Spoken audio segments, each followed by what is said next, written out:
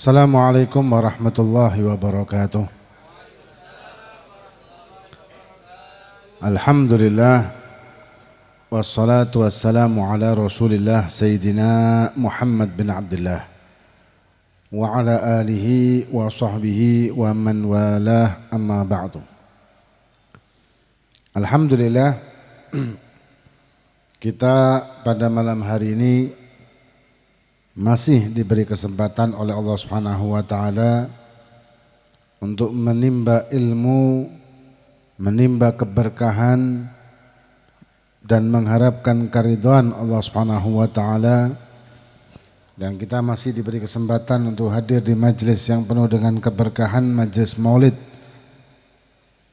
Nabi kita Muhammad sallallahu alaihi wasallam, majelis taklim al-islami, yang moga-moga apa yang kita laksanakan pada malam hari ini menjadikan diri kita mampu untuk menjalankan ibadah dengan cara yang benar, dan juga menjadikan diri kita layak untuk masuk ke dalam rombongan Nabi kita Muhammad sallallahu alaihi wasallam.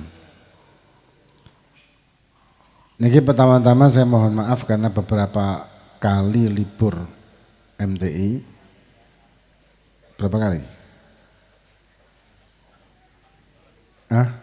Masa 2 kali? Lebih. Beberapa kali libur di acara MTI karena waktu itu di mana? Kalimantan ya, terus kemudian lanjut ke apa namanya, umroh Turki dan umroh, karena diminta untuk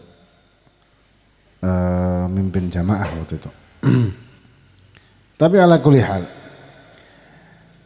kita sekarang alhamdulillah bertepatan dengan kelahiran putri Nabi kita Muhammad sallallahu alaihi wasallam, Sayyidatuna Fatimah Zahra, putri kecintaan Nabi kita Muhammad sallallahu alaihi wasallam dari Siti Khadijah. Putri Nabi ada 4, putra beliau 3, tapi meninggal semua waktu kecil yang putranya. Yang putrinya punya anak, putri-putrinya, cuman yang punya anak laki dan meneruskan sambung nasab hanya Siti Fatimah. Kalau yang lain yang dinikah oleh Sayyidina Utsman, seperti dua orang putri Nabi yang dinikah Sayyidina Utsman, yaitu Ruqayyah dan Ummu Kulthum, dan Zainab juga dinikah oleh seorang Quraisy, itu tidak mempunyai keturunan laki. Ada anak laki cuman tidak meneruskan keturunannya.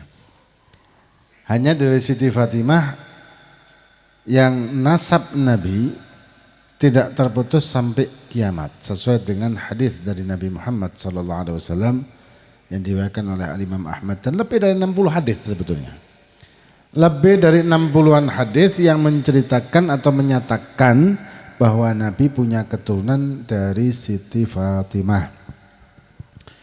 Kenapa? Itu min khususiyat, dari perempuan, kekhususan. Ya. Kalau dari umumnya nasab itu dari laki, bin-binnya itu dari laki. Kayak misalnya ngapunten nggih, lek ana wong Madura nikah dengan orang Jawa. Kalau yang Maduranya ini bapaknya, Jawanya ini Madura, maka anaknya menjadi apa? Jadi Madura. Enggak. Kenapa? Ngikut nasab ke bapaknya. Kalau bapaknya Jawa, ibunya Madura, melok Jawa. Ngoten, nasab melok bapak. Ya, nasab melok bapak. Nah, kecuali Siti Fatimah niki satu-satunya yang nasab Nabi melalui beliau. Kenapa demikian? Karena kalau Nabi punya keturunan dari putra-putra beliau, maka akan dinabikan oleh orang, akan dinabikan oleh umat. Maka itu hikmahnya meninggal semua putra-putranya ketika masih kecil, masih bayi, semuanya meninggal. Nah, tapi Nabi tidak terputus keturunan, ditetapkan juga oleh Allah Subhanahu wa taala di dalam surat Kautsar, inna syani'aka huwal abtar, itu sudah jelas. Ya. Dan bahkan orang-orang dari kalangan apapun, kelompok manapun di dalam Islam, para ulama-ulamanya, bahkan sing gak seneng maulid misalkan kayak, niku pun mengakui bahwa ada keturunan Nabi dari Siti Fatimah. Karena hadisnya lebih 60 hadis, Qur'annya juga ada, sudah tidak ada khilaf di sini sudah. Nah, Siti Fatimah dengan keistimewaan dan kemuliaan beliau, Siti Fatimah niki sampai dijuluki Al-Batul, dijuluki Fatimatuz Zahra Al-Batul. Kenapa? Karena beliau seumur hidupnya gak tahu perai sholat. Kenapa? Gak pernah haid. Tapi normal. Kalau secara medis wong gak haid itu biasanya tidak bisa melahirkan, tidak bisa untuk anak. Tapi beliau mimbabil karomah. Karena kekeramatan beliau tidak ingin terputus untuk ibadah, maka Allah memberikan keistimewaan dengan tidak pernah haid sama sekali. Nifasnya pun majah niku cuma 1 tetes. Jadi tidak pernah seumur hidupnya Siti Fatimah prai sholat. Nah, karena umumnya perempuan itu kan nagisatul aql wad din. Perempuan itu kurang akal dan kurang agamanya. Dalam agama ini dalam artian mereka ada perainya sholat. Kurang akalnya yang dimaksud karena mengandalkan perasaan perempuan itu daripada akalnya, walaupun sak pinter-pinter wong. Tapi Siti Fatimah enggak. Siti Fatimah tidak pernah berkekurangan dalam ibadah. Itu kodrat, ya kodrat. Lek wong wedok ngandalkan perasaan itu kodrat. Jangankan ngoten. Siti Hawa itu cemburu kali Nabi Adam. Dalam satu, Anda pernah baca di mana itu? Siti Hawa cemburu kali Nabi Adam. Padahal pada zaman itu di dunia tidak ada perempuan lain selain Siti Hawa. Jadi para bapak dicemburi kali ibunya harap maklum. Ya, harap maklum itu sudah kodrat memang, sudah kodrat. Ya, nggih apa mboten? Kok lemes jawabnya? Nggih apa mboten? Dah tambah lemes maneh. Jadi memang sudah kodratnya seperti itu. Tapi Siti Fatimah perempuan yang sangat mulia dan istimewa dan sempurna. Walaupun beliau ada cemburu, iya, cuman tidak kebablasan karena beliau dapat pendidikan langsung dari Nabi Muhammad SAW. Akhlaknya, adabnya, budi pekertinya dan sebagainya. Kemudian beliau niki menikah dengan Imam Ali. Padahal banyak yang melamar beliau itu waktu setelah hijrah. Tapi Nabi tidak menerimanya karena Nabi sudah dapat isyarah. Dan dinikahkan dengan Imam Ali yang waktu itu masih bujang pada umur 18 tahun Siti Fatimahnya. Ya, umur 18 tahun. Kemudian ketika Nabi mau wafat, Nabi niki membisiki kepada Siti Fatimah. Nangis Siti Fatimah. Kemudian lihat Siti Fatimah nangis, diceluk mana kali Kanjeng Nabi, dibisi mana ketawa. Senang. Sedang Aisyah ketika melihat itu takut, dibisi apa sampean? Enggak, aku gak ngomong saiki. Hubungan antara Siti Aisyah dengan Siti Fatimah niki hubungan keluarga. Anak tiri kan. Hubungan walaupun seumuran lah kira sebayaan, tapi hubungannya hubungan akrab. Ada kelompok-kelompok tertentu yang membuat fitnah katanya hubungan Siti Fatimah dengan Siti Aisyah itu gegeran, bermusuhan. Alhamdulillah. Ini keluarga Nabi, keluarga yang mulia dengan pendidikan akhlak yang luar biasa. Ya kalau kali panjangan, sak tonggoan iso satu puluhan tahun ya masuk akal. Lagi keluarga Nabi kok. Ya, banyak fitnahan kepada Siti Fatimah ini banyak. Antara lain Siti Fatimah niku ketika Nabi sedo bingung dengan warisannya Nabi, nuntut nang Abu Bakar Siddiq. Gak oleh kalau Abu Bakar Siddiq terus diusir mulai dengan langkah gontai, dengan koyok sumpek ngoten niku sampai terseok-seok jalannya. Di kitabnya mereka ini, di kitabnya saya pernah baca tuh. Terseok-seok jalannya sampai mulai disusul duber kali Sayyidina Umar. Begitu sampai omahnya ditutup, langsung ditendang pintu omah tersebut hingga terkena perutnya Siti Fatimah yang lagi hamil Muhsin namanya, keguguran langsung. Ini cerita dongeng. Dan ini dipercaya oleh berapa kelompok di antara kita ini? Ono kelompok-kelompok tertentu yang sangat benci dengan Sayyidina Abu Bakar, Sayyidina Umar, mengarang-arang cerita ini. Kenapa demikian? Siti Fatimah niki akhlaknya Masya Allah gak mikir dunia. Beliau menanyakan tanah Fadak, iya cuman gak nguber. Enggak. Gak nguber-nguber kayak kita nguber warisan ngono. Terus beliau keguguran, iya tapi bukan karena ditendang sama Saudara Umar. Lagi pula ketika Nabi membisi beliau nih, Nabi membisi yang pertama, Nabi itu kasih tahu. Setelah Nabi wafat, tanya lagi sama Aisyah dikasih tahu. Nabi niki memberitahu Siti Fatimah lek umure badhe pon dipundhut. Nangis Siti Fatimah. Bisi imale. Di bisi imale sampean niki Siti Fatimah ini yang akan menyusul pertama kali dari keluarga Nabi. Jarak 6 bulan. Jarak 6 bulan sak mantune pun sedo Kanjeng Nabi, Siti Fatimah sedo. Masuk akal enggak? Tahu Siti Fatimah kalau akan meninggal 6 bulan kemudian, ya, sik bingung dunya, sik bingung warisan, masuk akal? Enggak masuk akal. Apalagi pendidikan Kanjeng Nabi. Lalu kalau kali panjenengan nuntut warisan sampai kayak masuk akal. Aja ngono tuku di pasarnya ditawar sampai sing dodol stres kok. Ibu-ibu biasanya ya. Sing ahli nawar itu Masya Allah, ibu-ibu, bapak gak pinter nawar. Ibu-ibu Masya Allah. Sayur rego 1000 ditawar kok.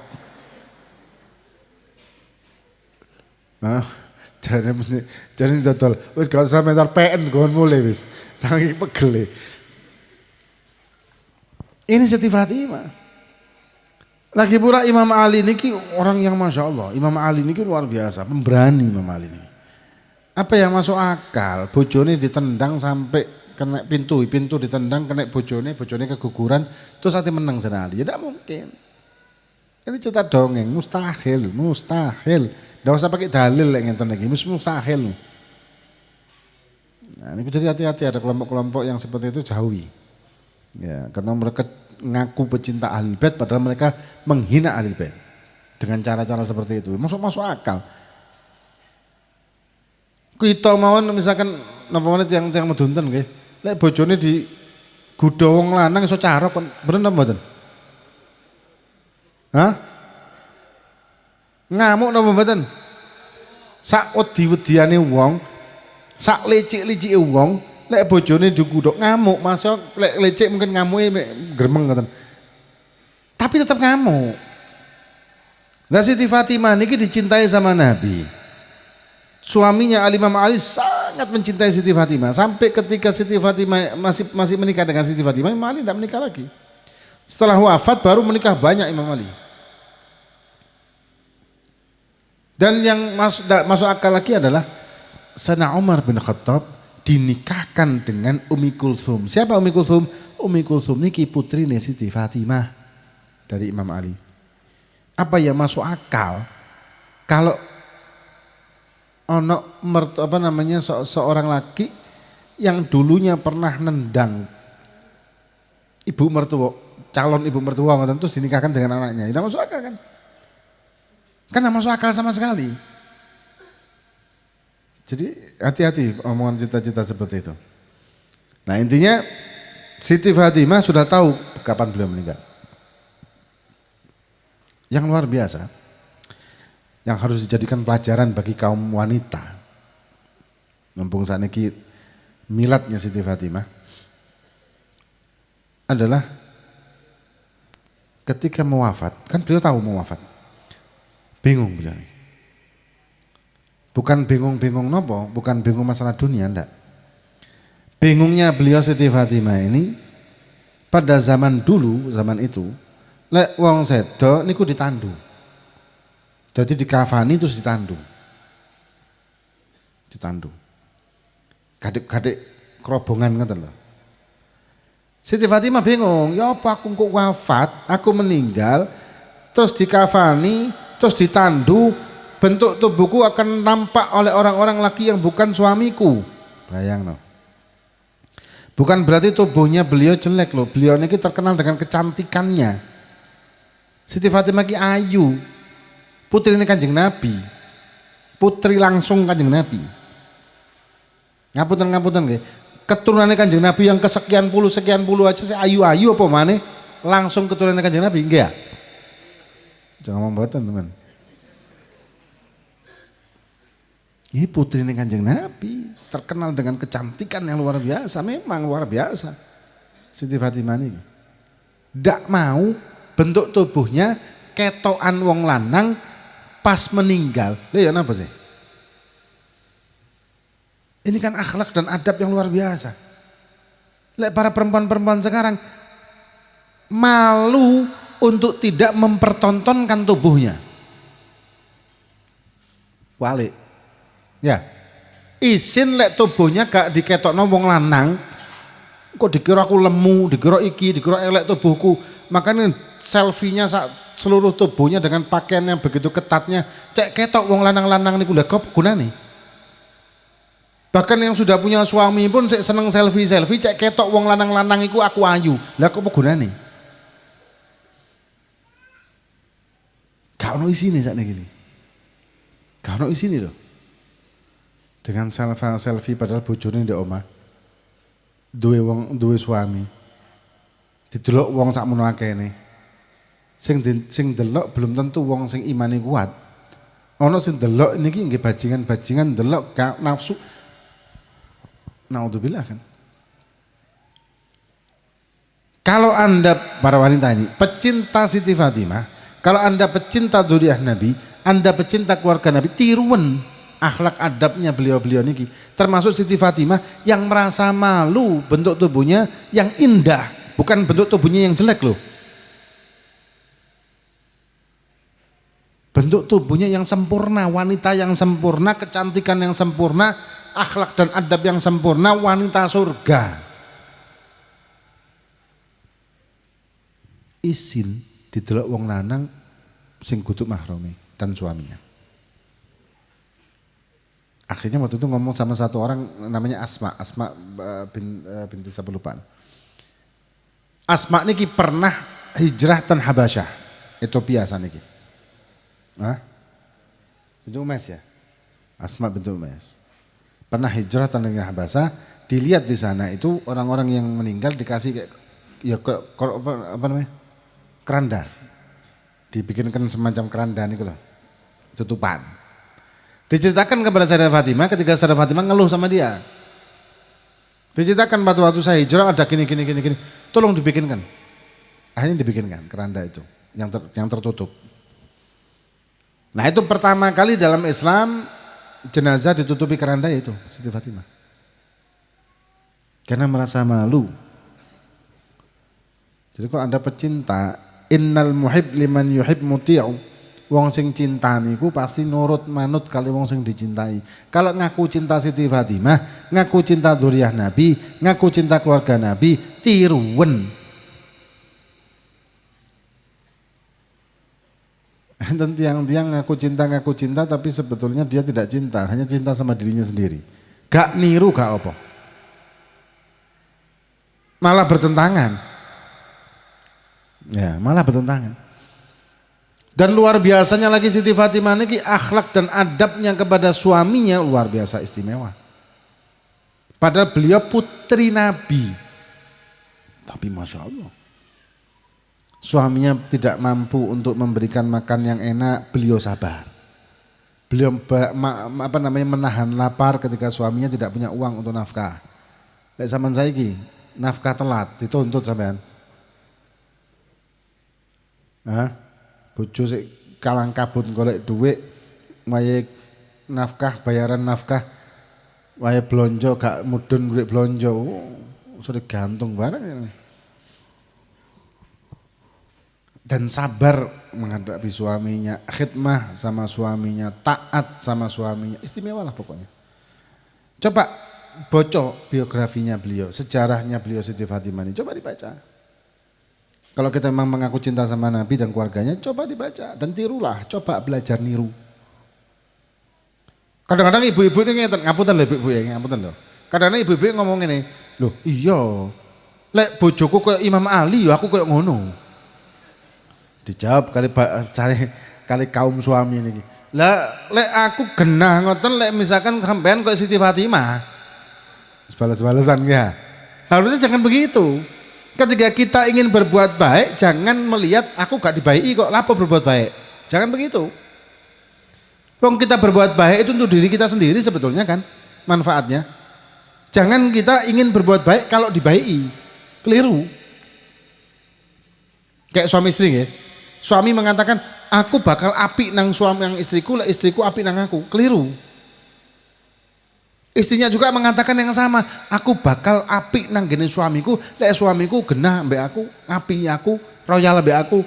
Keliru. Keliru ini. Jadi dia ingin melakukan amal kebaikan yang faedahnya, keuntungannya untuk dia, tapi dia menunggu orang lain dulu yang melakukan kebaikan baru dia balas. Niki keliru.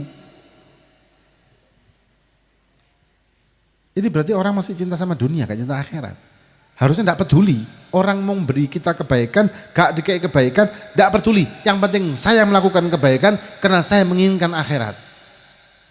Kudune ngoten. Aku iso sabar ambek bojoku, lek bojoku kena. Jangan. Bukan begitu caranya. Ini kita bahas tasawuf ya, kita bukan bahas masalah fikih nikahan. Ini kita bahas masalah tasawuf, masalah hati.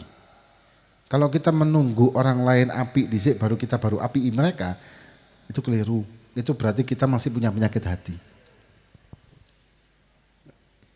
Jadi kalau misalkan kita mengatakan contoh Siti Fatimah, jangan dibalas dengan yo sampean contoh Imam Ali, jangan. Para suami juga begitu, contoh Imam Ali. Tapi jangan balas kepada istrinya contohin Siti Fatimah. Jangan. Manfaatnya untuk kita sendiri kok itu. Syukur-syukur suami istri berusaha untuk meneladani Siti Fatimah dan Imam Ali. Lebih saya lagi. Lebih sempurna lagi. Nah. Kemudian Imam Ali cintanya kepada Siti Fatimah ini luar biasa. Sampai beliau tidak menikah, sampai Siti Fatimah wafat baru beliau menikah. Dan ada 3 pria, ada 3 putra, maksudnya putra dari Siti Fatimah, tapi yang satu tadi yang keguguran tadi dinamai Muhsin. Yang 2 adalah Hasan dan Husain.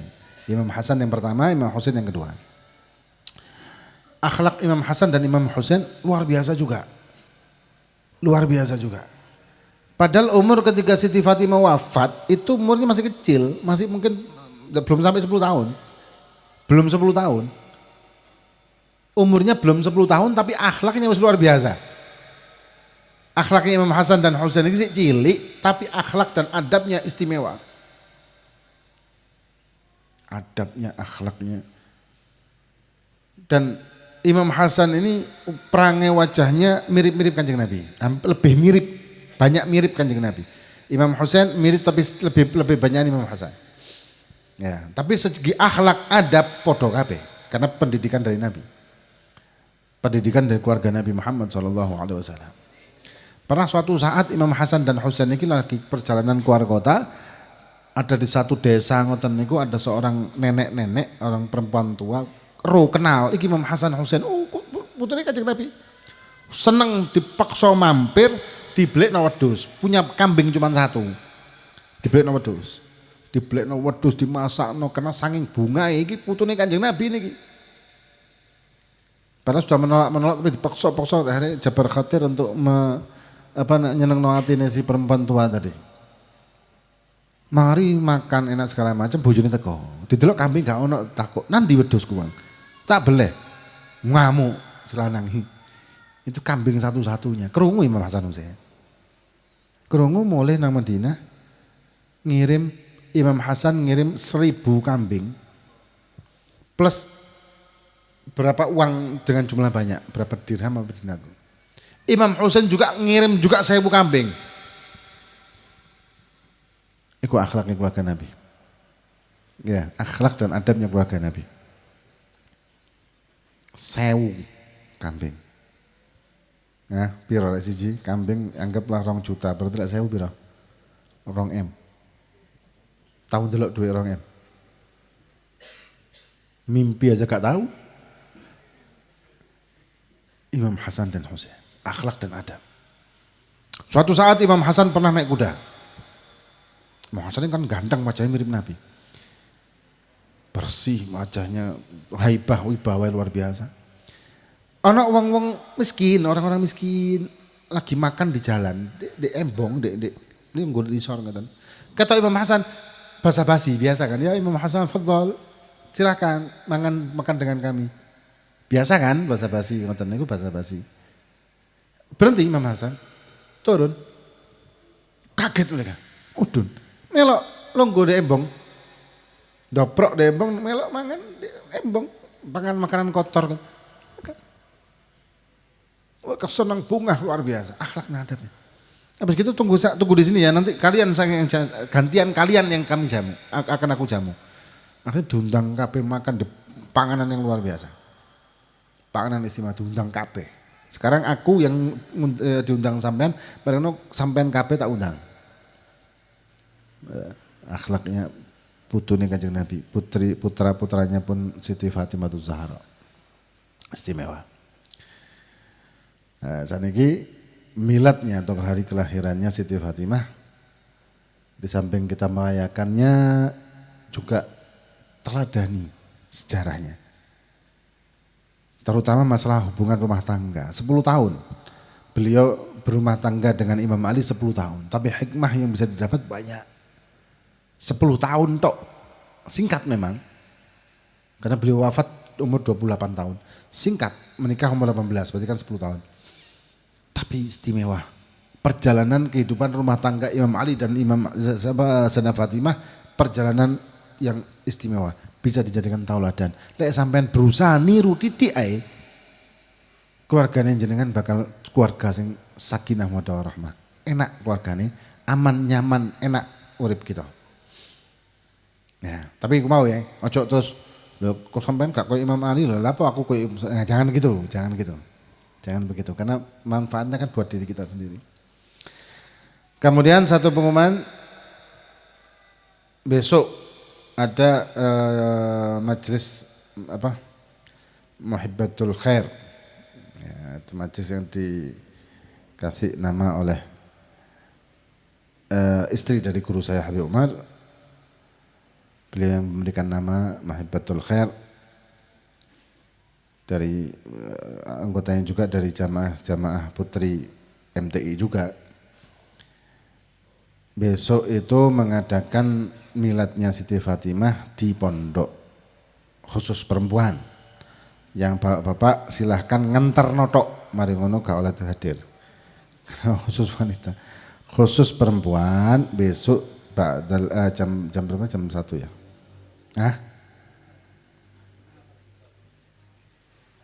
Jam setengah 1, jam 12.30 berarti. Di pondok khusus perempuan. Dan juga pesan-pesan bagi kaum wanita yang hadir untuk jangan foto-foto karena banyak juga yang pakai cadar, kalau hadir dilepas cadar, jadi kita hormati orang yang pakai cadar. Ya, kadang-kadang kan biasa selfie lagi majelis nih. Akhirnya wong sing gak nggawe cadar ke foto pisan. Nah ini kan boten adab sebetulnya kayak gitu tuh. Kita harus menghormati privasinya orang. Kemudian untuk pengumuman selanjutnya apa lagi tadi? Ada kita kirim Fatihah, ada beberapa jamaah yang sedang sakit, terutama Haji Saiful yang masih dalam pemulihan, beliau sakit juga. Moga-moga diberi sehat afiah. Kita semua yang sedang sakit baik zahir maupun sakit batin, moga-moga juga diberi sehat afiah, panjang umur fi taatillah ala hadiniyah wa sallallahu alaihi wasallam. Hatta Nabi al-Fatihah. Iyyaka na'budu wa iyyaka nasta'in ihdinas siratal mustaqim. Amin. Kemudian untuk yang Jumat Pon,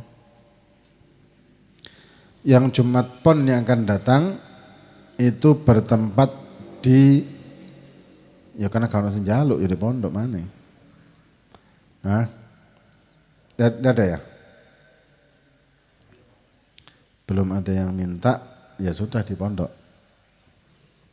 Di pondoknya kekurangannya gak ono panganane ngoten. Panganan sekedarnya. Ya di pondok lagi untuk Jumat Pon yang akan datang. Kemudian Ahad Pon juga seperti biasa tanggal 22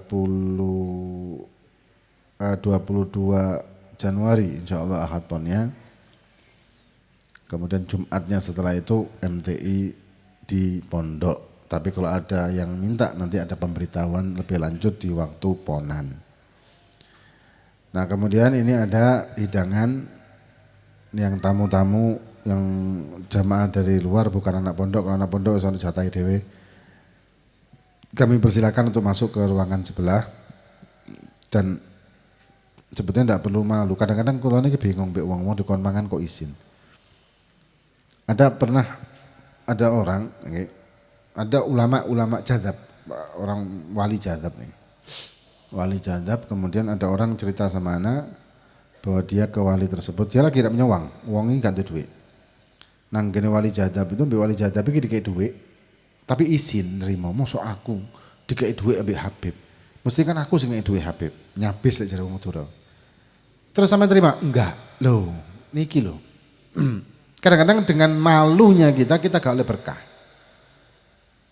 Sampai lagi tidak ada duit, terus sampai moro-moro dikasih duit ambil wali kasaf niki, sing jadab iki.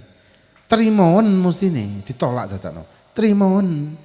Lho kula izin mestinya saya ngasih duit. Iya, tapi terimoan. Niki berkah. Kalau Anda terima waktu itu, balik duitmu. Yakin Nana? Tapi kadang-kadang kita niki karena izin hari berkah hilang. Ana sering sekali kalau misalkan ngongkon wong jamaah mangan ngoten nggih. Iku sik kon celuk-celukan dhisik. Kok dikon rabi ngoten lho. Ndak sih kon rabi yo cepet ya. Gak isin-isinan langsung gerak cepat. Dikongkon napa nggih? Hah? Dikongkon napa biasanya kok isin-isinan? Oh dikongkon mangan, insya Allah halal, tapi sederhana, apa adanya, berkah insya Allah. Karena di makanan itu sendiri ada keberkahan. Apalagi kalau makanan-makanan yang misalkan dari maulid seperti ini, habis acara maulid apa, kita makan itu berkah, makanya ojo sini-sinan. Lek sampean ngapunten lek perawan izin enggak masalah, lek jenenge wong perawan isinan masuk akal. Lah iki kadang-kadang wis gerang-gerang kok izin. Wong lanang mana ya? Nah, aja izin-izinan. Kula kadang-kadang bingung iki tanteni, kula badhe mangan ngenteni wong-wong teko. Lah aku dhewean, ngenten aku sluwe, ngenteni wong-wong gak teko-teko. Apa garek didelok nek jaba kabeh isin ate mlebu. Lah aku ki sluwe. Ngenteni wong-wong teko makan bareng. Are gak mangan-mangan pisan kita nih. Gara-gara izin. Makanya kalau dipersilakan makan itu ya langsung bismillah, berkah.